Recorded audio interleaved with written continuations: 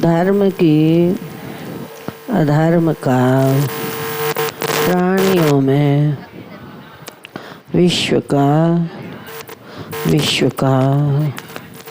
प्रेम से बोलना श्री राम, फिर भी बोलना श्री राम, चित्त की वृत्ति को एकाग्र करके बड़े प्यार से बोलना श्री राम, जन्म जन्मांतरों के मैल को दूर करने के लिए बड़े भाव से बोलना श्री राम।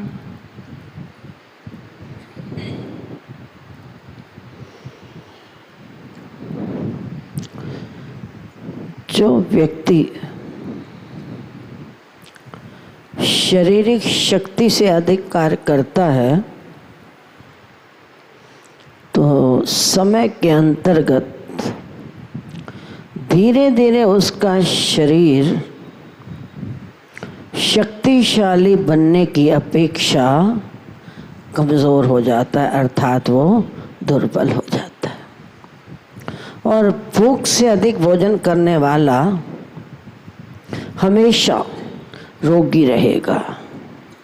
एक महात्मा ने तो एक बार इतना भी कह दिया था कि 80% रोग, एक नहीं दो नहीं, 80% रोग जो पैदा करते हैं वो हम अधिक खाने के कारण करते हैं। तो भूख से अधिक खाने वाला हमेशा रोगी रहेगा और अपनी इनकम से अधिक खर्च करने वाला भी सदा दुखी और अशांत रहता है। अर्थात परमपिता परमात्मा ने, प्रकृति ने जितना तुम्हें दिया है, जितनी तुम्हारी आय है, उतना ही खर्च करो, वरना क्या होगा। मकड़ी के जाल की भांति जो व्यक्ति इनकम से अधिक व्यय करता है, आय से अधिक खर्च करता है, वो अपनी गर्दन को स्वयं मकड़ी के जाल की भांति उसमें उलझा रहा है। जिस प्रकार मकड़ी जाल को बुनती भी स्वयं है और उसमें उलझती भी स्वयं है। जीवन में जो व्यक्ति मर्यादा का पालन करता है और संयम की सीमा में, जो व्यक्ति मर्यादा में रहता है, अगर मर्यादा का उल्लंघन करोगे तो जानते हो जो स्थिति सीता की हुई, भले ही वो लीला मात्र थी, माया की सीता, माया सब कुछ माया का ही था। अगरचे सीता ने भी माया का उल्लंघन किया तो क्या हुआ। इसी प्रकार से जो जीव मर्यादा का उल्लंघन करते हैं और संयम की सीमा को लांघ जाते हैं, या जो संयम की सीमा में रहते हैं, कुछ व्यक्ति संयम में रहने वाले होते हैं और कुछ व्यक्ति संयम की सीमा को पार कर जाते हैं। तो जो संयम की सीमा में रहता है वो असीम का निर्देश कर सकता है, अर्थात जिसकी कोई सीमा नहीं, लेकिन पहले हमें सीमा में रहने की आवश्यकता है। गरीब व्यक्ति का धन और धनी की बुद्धिमत्ता, गरीब व्यक्ति का धन और धनी की बुद्धिमत्ता इसी में है कि गरीब अपनी आय के अनुसार खर्च करे और धनी अपनी आय के अनुसार दान पुण्य करे। अब कोई धनी व्यक्ति लाख का दान करे और गरीब देखकर उसकी रीस करे कि उसने इतना दान किया तो मुझे भी करना चाहिए, आप बताओ कि उसकी क्या गति होगी।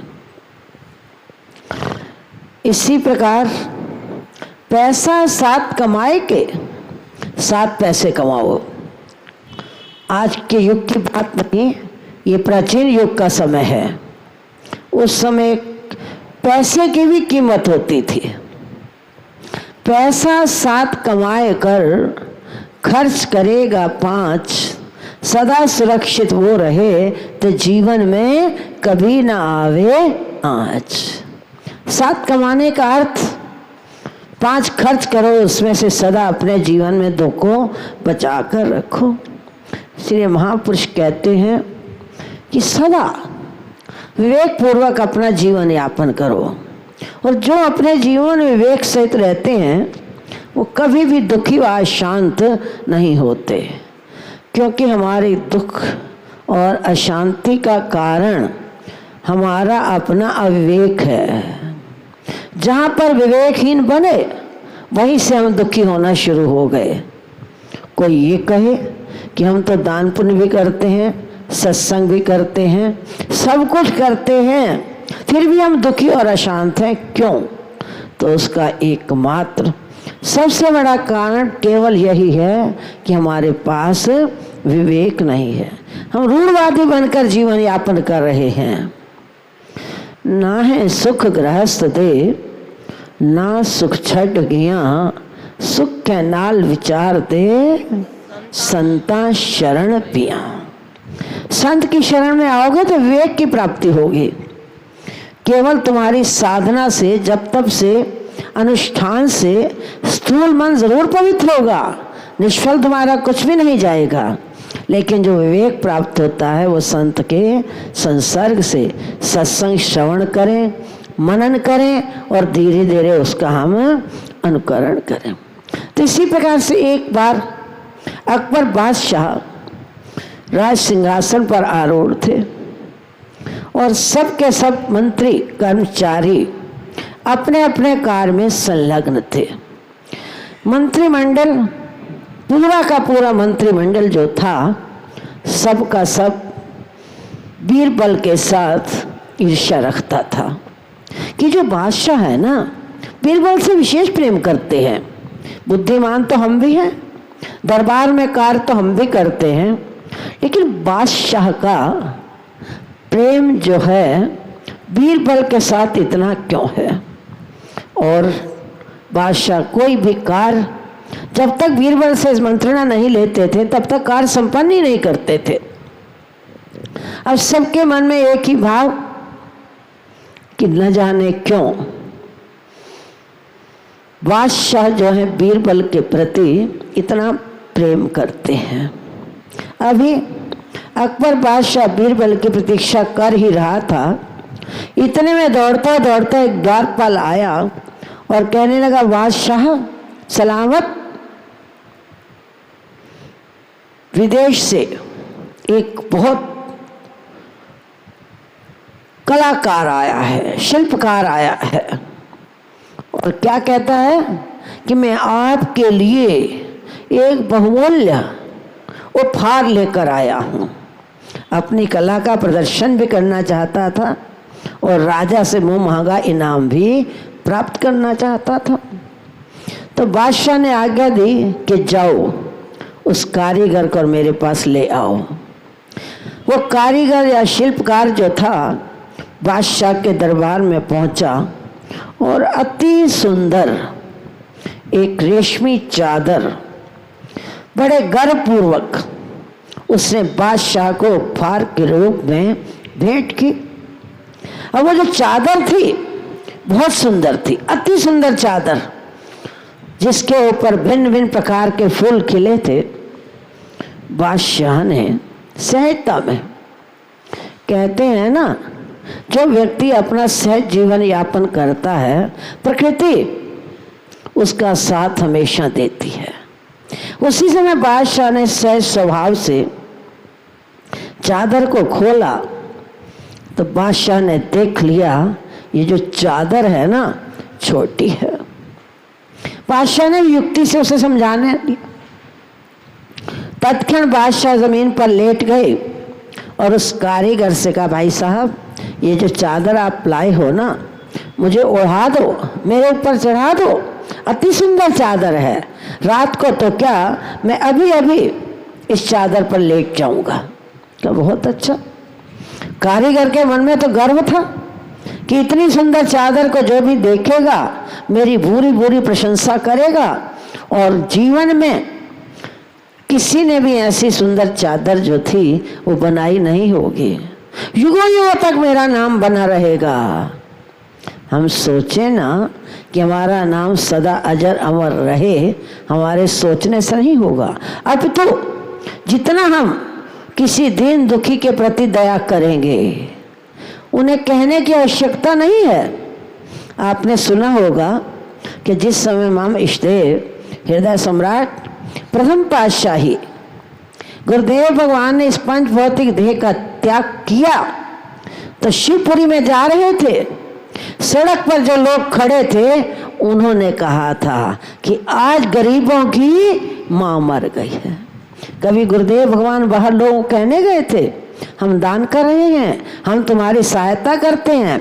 इसलिए अपनी प्रशंसा अपने मुंह से करना सबसे बड़ी बेवकूफ़ी है। हम तो अपनी महिमा आप गाते रहते हैं, किसी को भी अपनी महिमा गाने की आवश्यकता नहीं। जो तुम्हारा सत्य है ना वो स्वतः प्रकट हो जाएगा। इसलिए मैं बार बार निवेदन करती हूँ कि कोई व्यक्ति किसी को कितना चढ़ा दे, आकाश पर चढ़ा दे, तुम्हारे चढ़ाने से वो चढ़ेगा नहीं और तुम्हारे गिराने से वो गिरेगा। चढ़ता भी इंसान अपने कर्मों से है और गिरता भी अपने पाप से है। बादशाह लेट गए, कारीगर ने चादर ओढ़ाई तो बादशाह के जो पैर थे ना वो नंगे रह गए। बादशाह कहते रे भाई मेरे पैर नंगे हैं। कारीगर ने पैर ढके तो राजा क्या मुंह नंगा रहा। अब बार बार कारीगर यही प्रक्रिया करता रहा कि येन केन प्रकारेण मैं चादर बादशाह पर ओढ़ा दूं, लेकिन चादर किसी भी प्रकार पूरी ना आई। तो उसी में बादशाह ने कहा दुखी होकर, अरे तू छोड़ दे, मैं अपने दरबार के जो मंत्री हैं ना वो बहुत विद्वान हैं, पढ़े लिखे हैं, उनसे मैं ये कार्य करवा सकता हूँ। एक मंत्री आया वही स्थिति, दूसरा आया वही स्थिति, क्रमशः धीरे धीरे 8 के 8 मंत्री इस कार्य को करने में जुटे, लेकिन सबके साथ वही स्थिति रही जो कारीगर थी। बादशाह ने कहा बहुत अच्छी बात है, अब मैं बीरबल की प्रतीक्षा करता हूँ। जब बीरबल आया तो उसने कहा बादशाह आज आप चिंतित क्यों हैं, कारण क्या है आपकी चिंता का। बादशाह ने कहा ये चादर है, इन 9 के 9 सदस्यों ने चादर ओढ़ाने का अथक प्रयास किया, लेकिन कोई भी व्यक्ति मुझे जो चादर है ना पूरी पूरी ओढ़ा नहीं सका, इसीलिए मैं चिंतित हूँ। और चादर भी इतनी सुंदर है, करो तो क्या करूं। तो बीरबल ने कहा जहां पनाह आप चिंता क्यों करते हो, इस छोटे से कार्य के लिए आप इतने दुखी हो रहे हैं, मुझे दो चादर।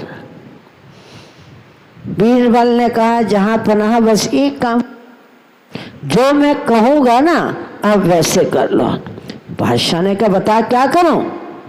तो बीरबल कहता है जहां पनाह जैसे बच्चा लेटता है अपने घुटने अपने वक्षस्थल के साथ टिका कर, बस आप वैसे लेट जाओ, कोई काम बहुत बड़ा नहीं है।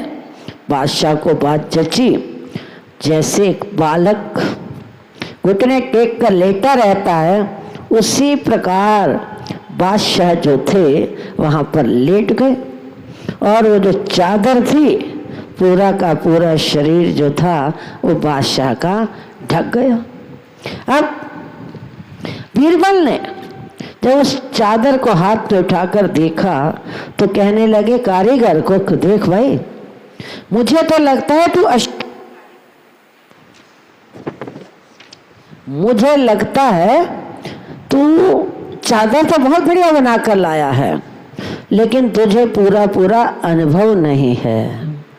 कोई भी कार्य जो व्यक्ति गाड़ी सीखते हैं, गाड़ी सीखना कठिन नहीं है, वो तो इंसान 3 दिन में 1 सप्ताह में सीख सकता है, लेकिन गली में लाना मोड़ना, तंग गली से आना जाना, किस प्रकार वो हमने ड्राइविंग करनी है, वो बहुत कठिन है। तो उसके लिए किसकी आवश्यकता है?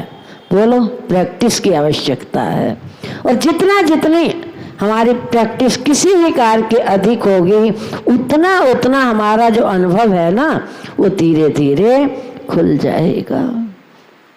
जब कारीगर ने बीरबल की इस बात को सुना तो कहने लगा, बात तो तुम्हारी अक्षरशः सत्य है।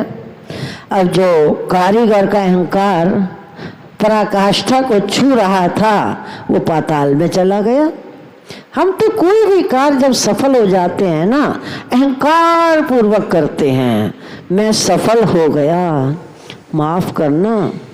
देखा जाए तो ये जो सफलता है ना, तुम्हारी अपनी नहीं है। हमारी स्थिति तो नारद जैसी हो जाती है। नारद जी विजय हुए काम पर भगवान शंकर की जब स्थली के संस्कारों के कारण, लेकिन नारद जी सफलता किसकी मान बैठे? मेरे तपस्या का फल है कि भगवान ने तो काम पर पसंद किया काम को, लेकिन मैंने तो काम पर विजय श्री प्राप्त की है। बीरबल ने कहा, सच्चा इंसान वही, विवेकी मनुष्य वही, जितनी चादर हो ना उतना ही पैर पसारना चाहिए। अर्थात कहने का अभिप्राय, जितनी तुम्हारी इनकम है उसी के अनुसार जो व्यक्ति खर्च करता है ना, वो अपने जीवन में कभी भी दुखी और अशांत नहीं होता। जो तुम्हें प्राप्त हुआ है, जितना प्राप्त हुआ है, उस प्राप्त का सदुपयोग करो और अप्राप्त की चिंता छोड़ दो।